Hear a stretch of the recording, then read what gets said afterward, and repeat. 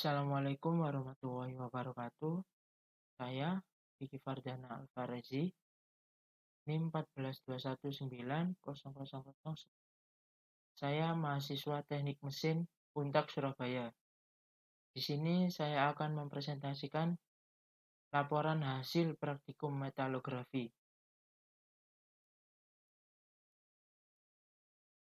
Baja dan paduannya. Paduan logam ferro adalah paduan dengan unsur utamanya besi Fe yang diproduksi dengan jumlah yang lebih besar dibandingkan dengan jenis logam lainnya.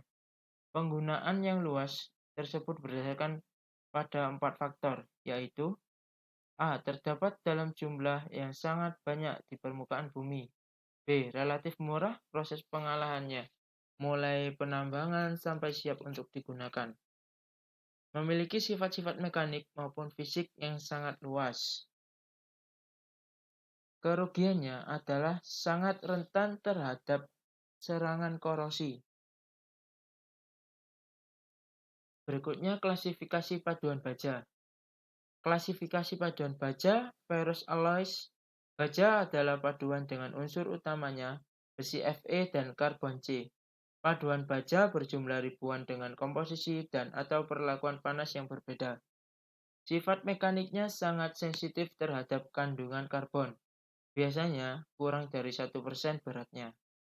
Baja digolongkan ke dalam 3 golongan utama berdasarkan kandungan karbonnya, yaitu baja karbon rendah, baja karbon sedang, dan baja karbon tinggi. Penggolongan lainnya berdasarkan unsur paduan lain selain karbon. Baja yang hanya terdiri dari unsur besi dari karbon sering disebut sebagai baja plain karbon, sedangkan unsur lainnya yang ada merupakan residu, kecuali mangan Mn dalam jumlah yang kecil. Baja karbon rendah, low carbon steel. Baja karbon biasanya mengandung karbon kurang dari 0,25%. Berat dan sangat sulit untuk dilakukan proses perlakuan panas karena martesit tidak akan terbentuk.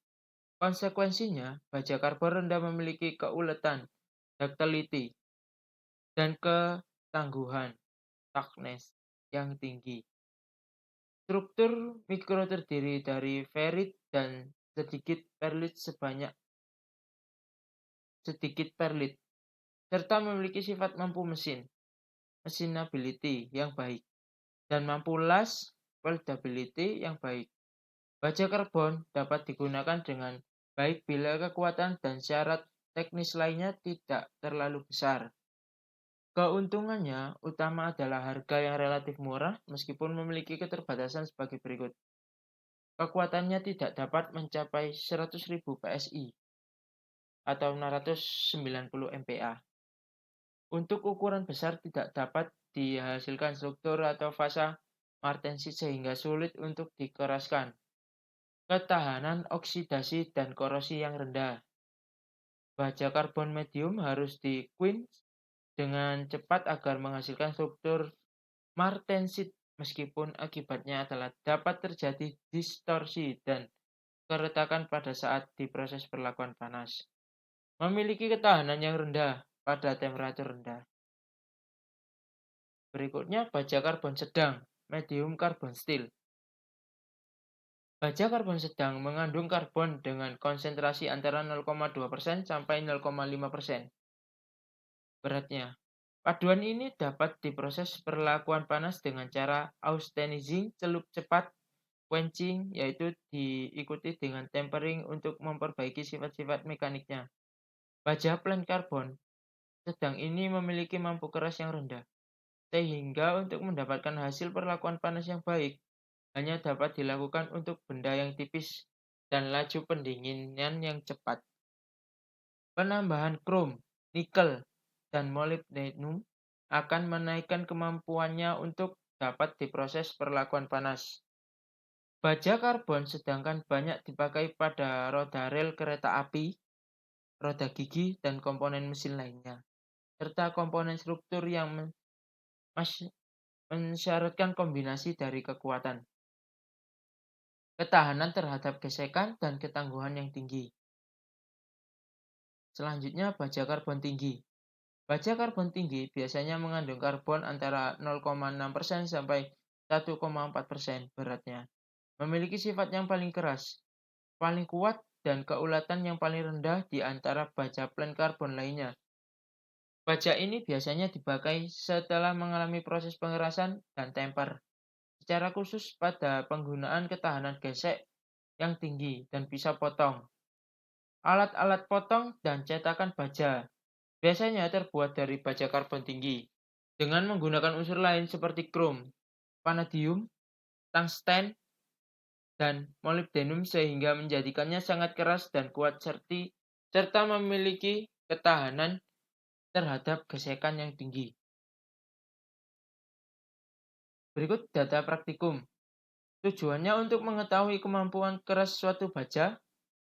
Alat-alat yang digunakan, alat Gemini test, dapur pemanas seperti penjepit, mesin pengasah seperti amplas, alat uji kekerasan Rockwell, benda uji atau spesimen. Alat Gemini test, alat ini hanya terdiri dari sebuah bejana yang mempunyai tempat menggantungkan benda kerja sebagian atasnya dan terletak di tengah bejana. Dari arah bawah disemprotkan air dengan suhu 24 derajat Celcius melalui sebuah pipa air yang dilengkapi dengan keran di bagian luar bejana. Ujung pipa air mempunyai jarak 12,5 mm dari ujung bawah benda uji yang sedang digantungkan. Diameter pipa 12,5 mm.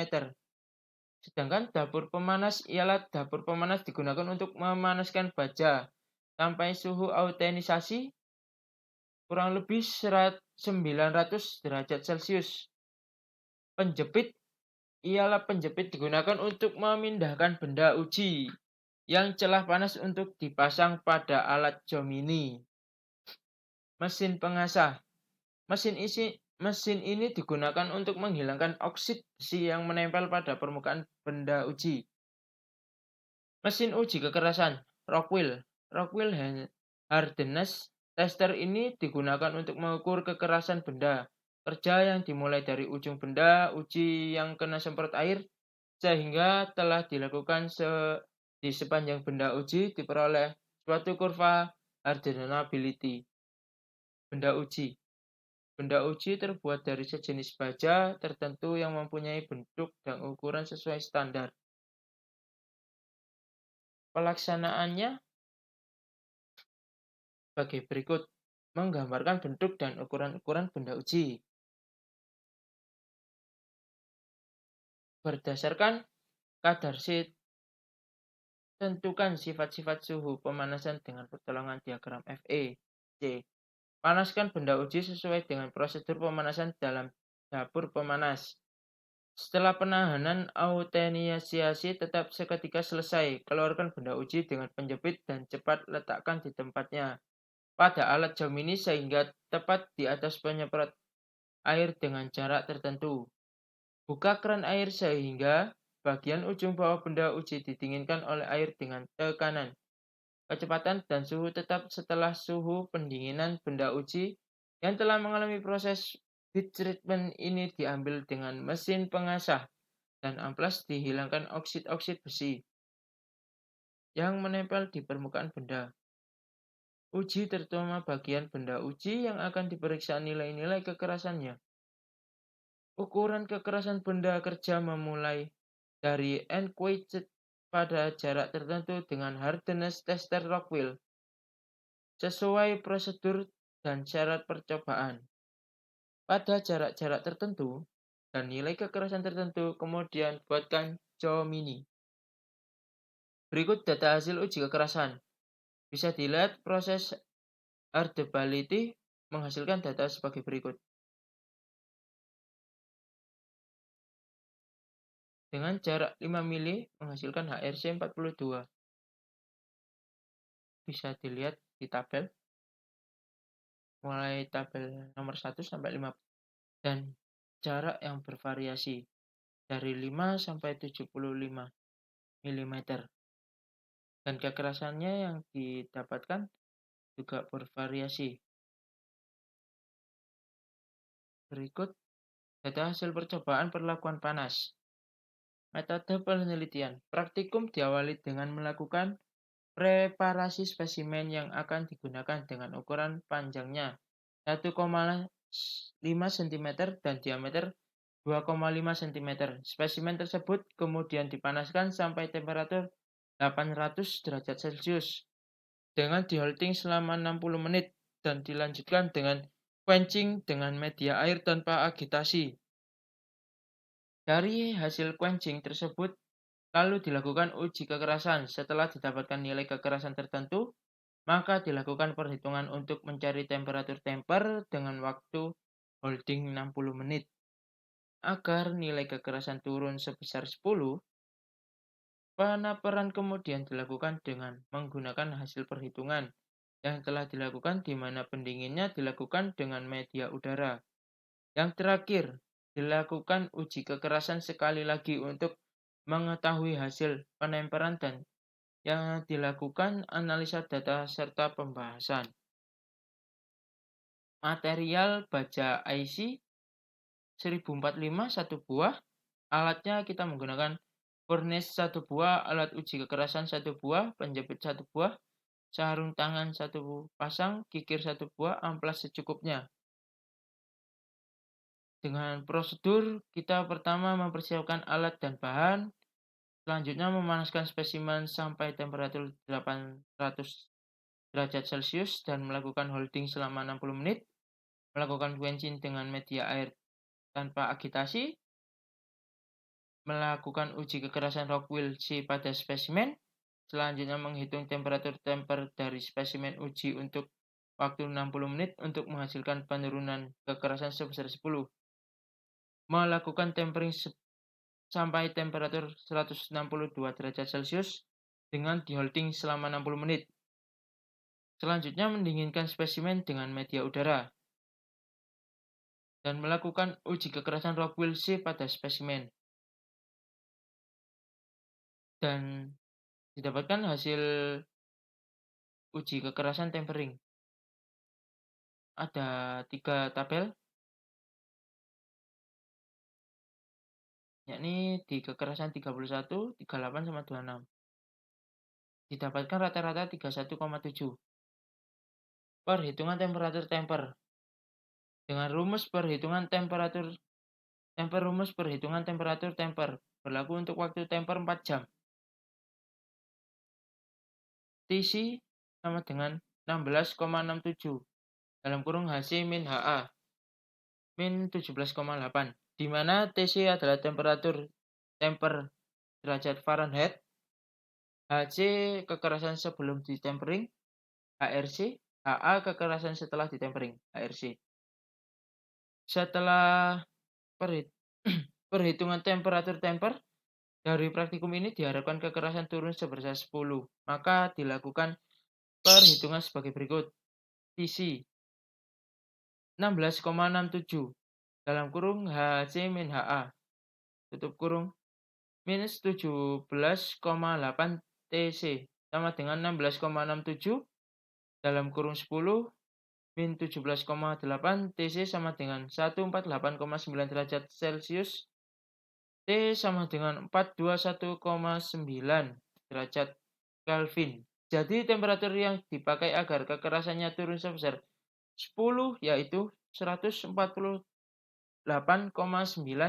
derajat Celcius. Rumus parameter temper. P sama dengan T dalam kurung K plus log T, di mana P parameter temper, T sama dengan temperatur temper, K konstanta, T waktu temper. Perhitungan parameter temper. Dari nilai temperatur temper yang sudah didapatkan dilakukan perhitungan nilai parameter temper karena temperatur tersebut berlaku untuk waktu holding 4 jam. Perhitungannya yaitu sebagai berikut. P sama dengan T dalam kurung K plus log T. P sama dengan 421,9 dalam kurung 20 plus log 4. P sama dengan 8692. Ketika nilai parameter tempernya sama, maka diasumsikan bahwa kekerasan yang didapatkan sama. Maka dari itu, Dilakukan perhitungan temperatur untuk waktu holding 1 jam. Perhitungan yaitu sebagai berikut. P sama dengan TK plus log T. 8692 sama dengan T 20 plus log 1. T sama dengan 434,6 derajat Kelvin. T sama dengan 162 derajat Celcius. Jadi, untuk menghasilkan penurunan kekerasan sebesar 10, spesimen dipanaskan sampai temperatur 162 derajat Celcius dengan di-holding selama 1 jam. Dan berikut data hasil percobaan ketiga. Uji metalografi besi tuang.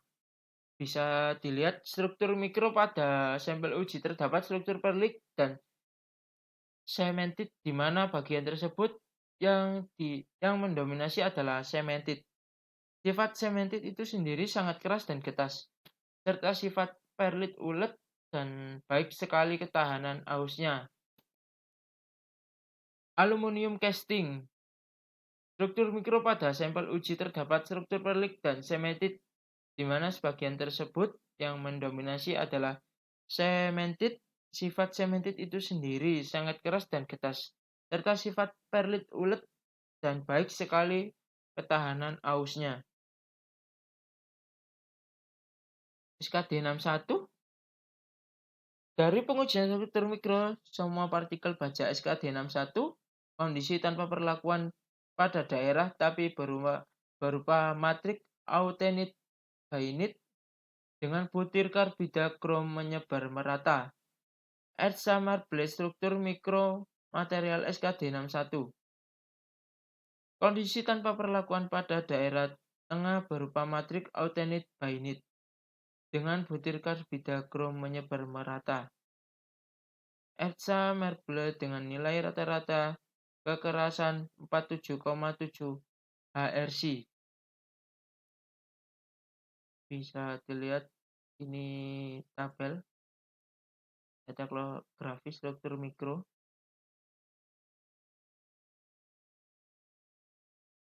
Selanjutnya, pada baja S45C adalah baja medium dengan kandungan karbon antara 0,3% Celcius sampai 0,59% Celcius. Struktur mikro terlihat bahwa struktur yang terbentuk adalah perlit berwarna gelap atau hitam dan ferrit berwarna terang. Perlit merupakan campuran dari ferrit dan cemented kandungan ferrit. F sama dengan U per dalam kurung T plus U. F sama dengan 0,8 min kadar karbon dibagi 0,8 min 0,02. Jadi F 0,8 min 0,5 dibagi 0,8 minus 0,02. F sama dengan 0,384 sama dengan 38,4% kandungan perlit. F sama dengan U per T plus U. F sama dengan kadar karbon minus 0,02 dibagi 0,8 min 0,02. F sama dengan 0,5 min 0,02 dibagi 0,8 min 0,02. F sama dengan 0,615. Dijadikan persen menjadi 61,5%.